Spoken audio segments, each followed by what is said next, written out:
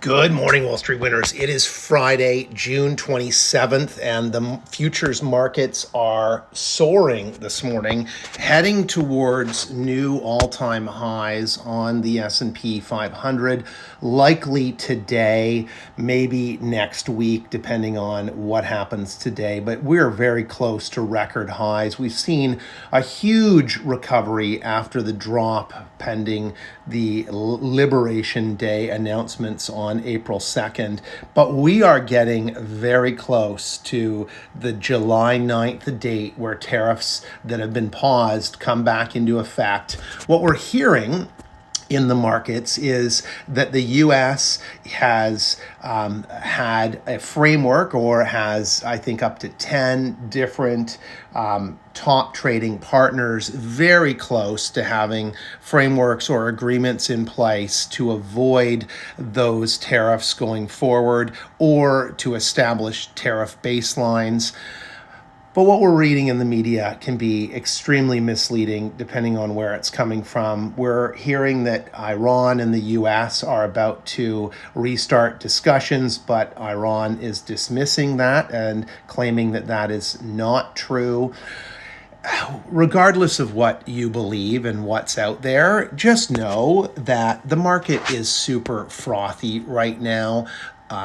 Price to earnings ratios are well above where many in the industry believe they should be based on where we are from an economic standpoint.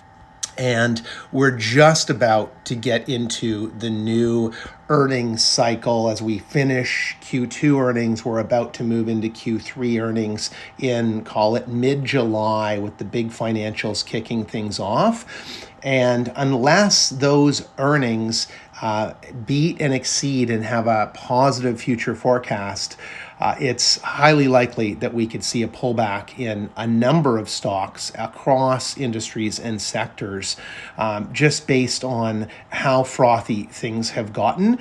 And even before earnings, we're going to see what is next for the world, based on Donald Trump and his administration's decision around tariffs. So it is highly likely that at some point between now and the end of the year, but I'm going to say between now and the end of July, we are going to see a pullback of some significance. We also have that big, beautiful tax bill that Donald Trump and team are trying to pass, which has many pros for the rich and many cons for everyone else.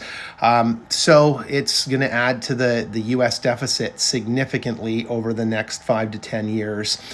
And we just have to deal with that debt at some point. So it's about when it's going to be dealt with and who's going to be on the hook to pay for that. And it certainly isn't going to be Donald Trump, who is going to be in office when it comes time to start paying that down.